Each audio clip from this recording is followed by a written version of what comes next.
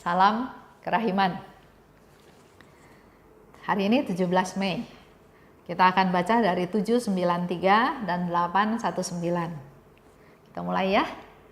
Demi nama Bapa dan Putra dan Roh Kudus. Amin. Oh Allah yang Maha Rahim, kebaikan yang tak terbatas, hari ini seluruh umat manusia berseru dari jurang kepapaannya kepada kerahiman-Mu, kepada belas kasih-Mu.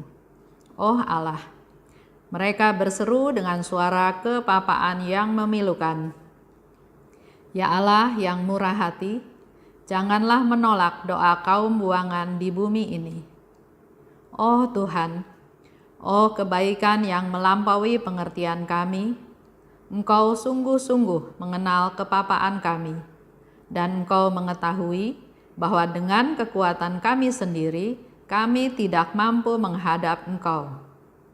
Maka kami mohon kepadamu, limpahilah kami dengan rahmat-Mu, dan tingkatkanlah selalu kerahiman-Mu dalam diri kami, supaya kami setia melaksanakan kehendak kudus-Mu sepanjang hidup kami, dan pada saat kematian kami. Biarlah kerahiman-Mu yang maha kuasa melindungi kami dari serangan musuh-musuh keselamatan kami, sehingga kami sebagai anak-anak-Mu dengan penuh pengharapan menantikan kedatangan-Mu yang terakhir, hari yang hanya Engkau yang tahu. Kami berharap akan menikmati segala sesuatu yang dijanjikan Yesus kepada kami, meskipun kami ini penuh dengan kejahatan. Sebab Yesuslah harapan kami. Lewat hatinya yang maha rahim, ibarat lewat gerbang yang terbuka lebar, kami masuk ke dalam surga. Demi nama Bapa dan Putra dan Roh Kudus. Amin. 793. Aku sedang menghayati saat-saatku bersama Bunda kita. Dengan kerinduan yang besar, aku sedang menantikan kedatangan Tuhan. Sungguh besarlah kerinduanku.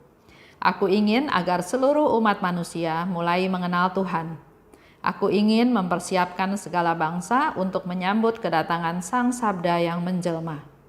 Oh Yesus, buatlah sumber kerahiman-Mu memancar dengan berlimpah-limpah karena umat manusia kini sedang sakit parah, dan karena itu lebih dari kapanpun mereka membutuhkan belas kasihan-Mu.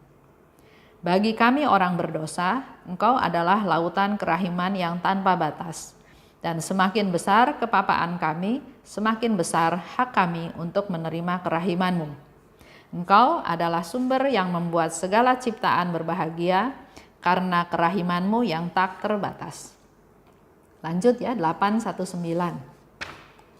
Oh mata air kerahiman ilahi yang tak kunjung kering, curahkanlah diri-Mu ke atas kami.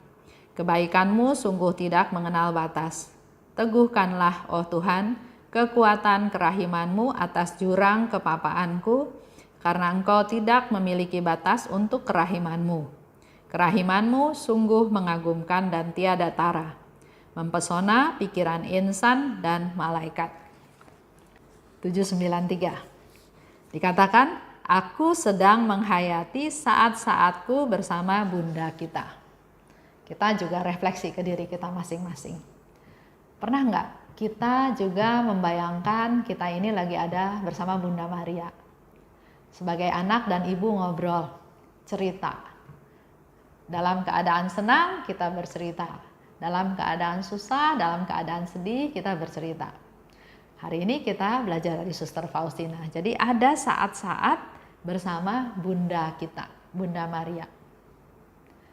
Biasanya kita lakukan dengan Bunda Maria, kita berdoa, kita minta Bunda Maria berdoa syafaat untuk kita, minta supaya Yesus merubah air yang tawar dalam keluarga kita menjadi anggur yang manis, selalu minta. Padahal kalau relasi anak dan orang tua, nggak harus selalu minta. Ngobrol, berkeluh kesah, atau bercerita ya, kalau di sini dikatakan saat-saatku bersama Bunda kita. Yesus bilang waktu disalib, dia katakan ini ibumu. Nah, Apa yang kita lakukan dengan ibu kita, juga kita boleh lakukan hal yang sama dengan Bunda Maria sebagai ibu yang Yesus berikan kepada kita. Kedua, nah sekarang lagi masa COVID-19. Orang kehilangan pekerjaan banyak.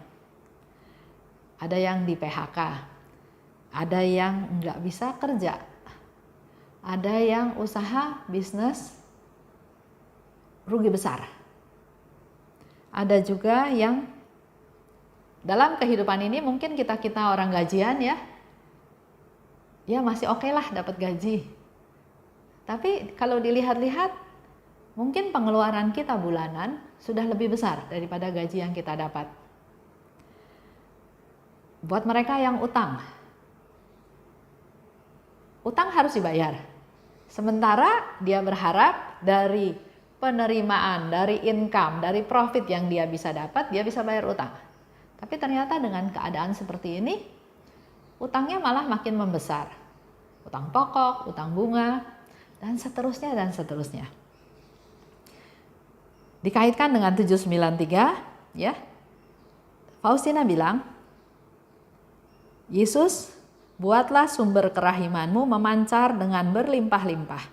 Karena umat manusia kini sedang sakit parah. Kita semua sedang sakit parah. Enggak tahu bisa sembuh enggak? Kapan sembuhnya? Ya. Dan karena itu lebih dari kapanpun mereka membutuhkan belas kasihanmu. Seperti tadi saya sudah kasih contoh ya. Mungkin enggak semua dari kita mengalami hal yang sama, tapi pasti ada yang mengalami. Syukur kalau kita tidak termasuk dalam kelompok yang tadi. Apa yang kita lakukan? Ayo kita berdoa supaya masa ini segera berlalu. Supaya masa ini berakhir sehingga orang bisa kembali kepada kehidupan normal. Kembali kepada aktivitas normal. Jadi tetap ada yang bisa kita lakukan. Jadi kalau ada yang orang ngeluh, ada yang telepon ke suami saya. Bilang, kamu ngapain aja di rumah? Saya kok bosen ya. Nah ini juga menjadi sesuatu yang Tuhan kasih pilihan. Dikasih di rumah saja, ada dua pilihan. Bosen, nggak tahu mau ngapain, atau bersyukur. Dan kita sebagai orang beriman sudah sepantasnya bersyukur. Bisa di rumah, bisa istirahat, bisa berkumpul dengan anggota keluarga, bisa merapihkan rumah, bisa merefleksikan diri, bisa menambah waktu bersama dengan Tuhan, dan banyak hal yang lain yang positif yang kita bisa lakukan.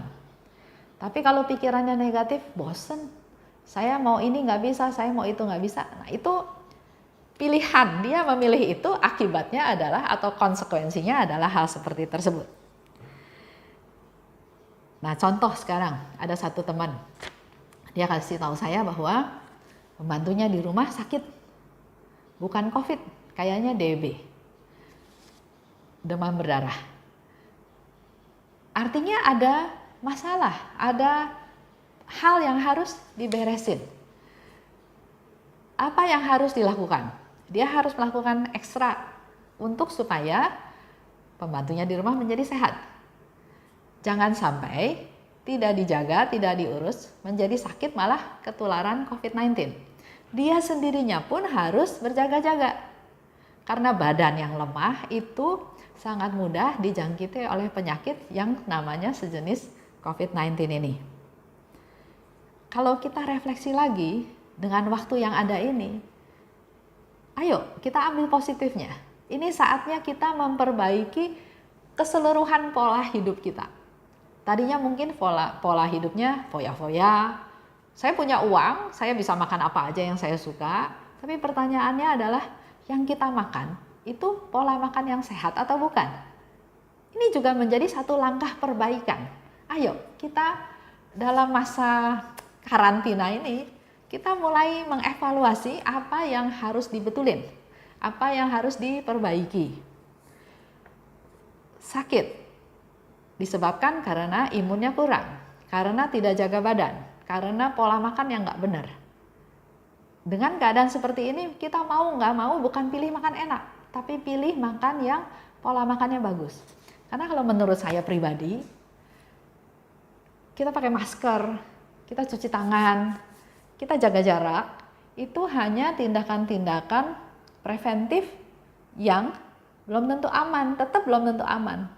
Karena kalau kitanya enggak sehat, kitanya enggak fit, setiap saat hal itu bisa nyerang kita. Oleh sebab itu yang harus diutamakan adalah sayanya harus fit, sayanya harus sehat. Pikiran dan juga jasmani. Selama ini mungkin pikiran kita, hati kita, rohani kita nggak pernah dikasih makan. Dengan COVID-19 ini kita mulai mendengar firman Tuhan di YouTube. Kita mulai membaca Alkitab. Kita mulai ikut perayaan Ekaristi.